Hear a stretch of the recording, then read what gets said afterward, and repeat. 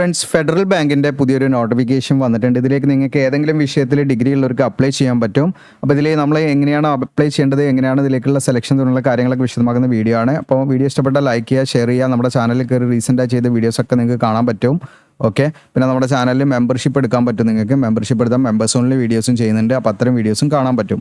നേരെ നോട്ടിഫിക്കേഷനിലേക്ക് വരാം. ഇതാണ് ഒഫീഷ്യൽ നോട്ടിഫിക്കേഷൻ. നിങ്ങൾക്കൂടെ കാണാം. 10 മാർച്ചിനാണ് നോട്ടിഫിക്കേഷൻ വന്നിരിക്കുന്നത്. അപ്പോൾ ഇതിലേക്ക് വിളിച്ചിരിക്കുന്നത് അപ്രൻറ്റീസ് വേക്കൻസിയിലേക്കാണെങ്കിലും ഇതിൻ്റെ മന്ത്ലി സ്റ്റൈപ്പൻഡ് 18,000 രൂപ ഉണ്ട് കേട്ടോ. ഓക്കെ, 1 ഇയറിലേക്കാണ് ഇതിൻ്റെ ട്രെയിനിങ് ഡ്യൂറേഷൻ. കേരള, തമിഴ്നാട്, കർണാടക സ്റ്റേറ്റിലുള്ളവർക്കാണ് ഇതിലേക്ക് ഇപ്പോൾ അപ്ലൈ ചെയ്യാൻ പറ്റുക.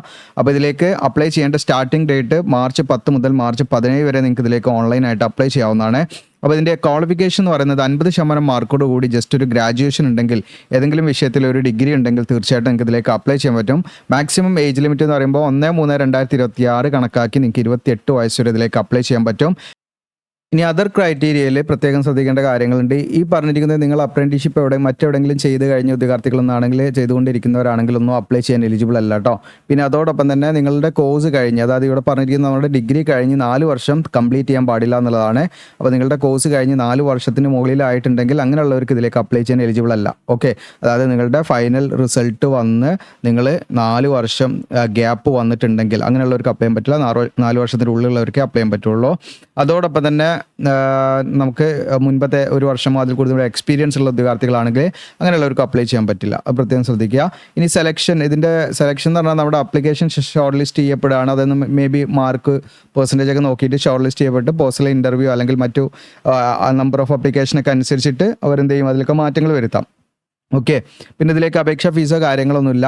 അപ്പോൾ ഇതിലേക്ക് എങ്ങനെ അപ്ലൈ ചെയ്യേണ്ടതെന്ന് വെച്ചാൽ നമ്മൾ നാറ്റ്സ് ത്രൂ വഴിയാണ് നമ്മൾ അപ്ലൈ ചെയ്യേണ്ടത്. ഏതാ പോർട്ടൽ ഞാൻ കാണിക്കാം. അപ്പോൾ അത് നമ്മൾ എന്ത് ചെയ്യണം, അതിൽ രജിസ്റ്റർ ചെയ്യണം. എന്നിട്ട് നമുക്ക് ഒരു എൻറോൾമെൻറ്റ് ID കിട്ടും. അപ്പോൾ അത് വെച്ച് നമ്മൾ ലോഗിൻ ചെയ്ത് വീണ്ടും എന്ത് ചെയ്യണം, നമുക്ക് ഈ ഫെഡറൽ ബാങ്ക്, അതായത് ഈ പറയുന്ന അപ്ലൈ അഗെയിൻസ്റ്റ് അഡ്വർടൈസ്ഡ് വേക്കൻസീസ് എന്നിട്ട് നമുക്ക് നമ്മുടെ പോർട്ടലിൽ കാണിക്കും.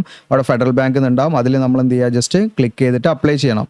എന്തെങ്കിലും ഡൗട്ടോ കാര്യങ്ങളുണ്ട്, മെയിൽ കാര്യങ്ങളുണ്ട്, നിങ്ങൾക്ക് കോൺടാക്ട് ചെയ്യാം. അപ്പോൾ ഇത്രയാണ് ഇതിൽ പ്രധാനമായിട്ട് ശ്രദ്ധിക്കേണ്ടത്. ഇനി ഇതിൻ്റെ അപ്ലിക്കേഷൻ ലിങ്ക് കിട്ടാൻ എങ്ങനെയാണ് നിങ്ങൾക്ക് എന്നുള്ളത് നമ്മുടെ വീഡിയോയുടെ ഡിസ്ക്രിപ്ഷനിൽ ഞാൻ അപ്ലൈ ആവുന്നതായിട്ട് ലിങ്ക് കൊടുക്കും. അതിൽ ക്ലിക്ക് ചെയ്യുമ്പോൾ നിങ്ങൾക്ക് കാണാം കേരള ജോബ് സെൻ്റർ കാണാം. നമ്മുടെ സോഷ്യൽ മീഡിയ ഐക്കൺസിന് ഇതിലൊക്കെ ഫോളോ ചെയ്യാം. താഴോട്ട് സ്ക്രോൾ ഡൗൺ ചെയ്യാം.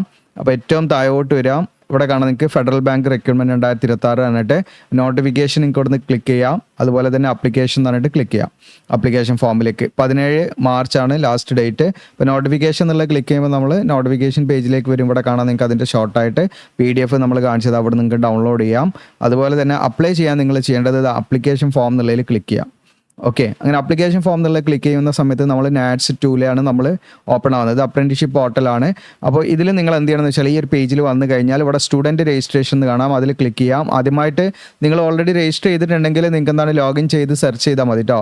ഓക്കെ, അപ്പോൾ നിങ്ങൾ രജിസ്റ്റർ ചെയ്തിട്ടില്ലെങ്കിലാണ് ഈ രീതിയിൽ ചെയ്യേണ്ടത്. ഇവിടെ നമ്മൾ ഈ ഡീറ്റെയിൽസ് ഒക്കെ നമ്മുടെ കയ്യിൽ വേണം. യെസ് എന്ന് കൊടുക്കുക.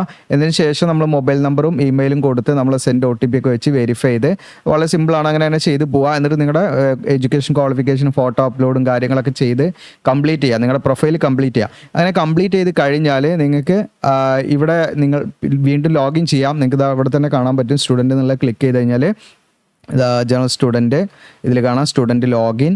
ഓക്കെ, ഇനി അതല്ലെങ്കിൽ നമ്മൾ നേരത്തെ ആ ലിങ്കിൽ ക്ലിക്ക് ചെയ്താലും ജസ്റ്റ് ലോഗിൻ ചെയ്യാൻ പറ്റും. ലോഗിൻ ചെയ്യുക നിങ്ങൾ. അതിനുശേഷം ലോഗിൻ ചെയ്തതിന് ശേഷം നിങ്ങളുടെ ഡാഷ്ബോർഡിൽ നിങ്ങൾക്ക് സെർച്ച് ചെയ്യാനുള്ള ഓപ്ഷൻ ഉണ്ടാവും. അപ്പോൾ ആ ഒരു ഫെഡറൽ ബാങ്ക് നിങ്ങൾക്ക് അവിടെ കാണാൻ പറ്റും. ആ ഫെഡറൽ ബാങ്കിൽ നിങ്ങൾ ക്ലിക്ക് ചെയ്തിട്ട് അപ്ലൈ ചെയ്യാണ് വേണ്ടത്. ഓക്കെ, അപ്പോൾ ഇത്രയും കാര്യങ്ങളാണ്. അപ്പോൾ നമ്പർ ഓഫ് വേക്കൻസി കാര്യങ്ങളൊക്കെ അത്യാവശ്യം ഉണ്ടാകാൻ സാധ്യത ഉണ്ട്. ഓക്കെ, അപ്പോൾ ഇതിൽ വ്യക്തമായിട്ട് നമ്പർ ഓഫ് വേക്കൻസി കാര്യങ്ങളൊന്നും പറഞ്ഞിട്ടില്ലെങ്കിലും നിങ്ങൾക്ക് ഇതിലേക്ക് താല്പര്യം ഉണ്ടെങ്കിൽ നിങ്ങളുടെ കൂട്ടുകാരിലേക്കും ഒക്കെ മാക്സിമം ഷെയർ ചെയ്ത് കൊടുക്കുക. വീഡിയോ ഇഷ്ടപ്പെട്ടാൽ ലൈക്ക് ചെയ്യാനും മറക്കണ്ട. Thank you.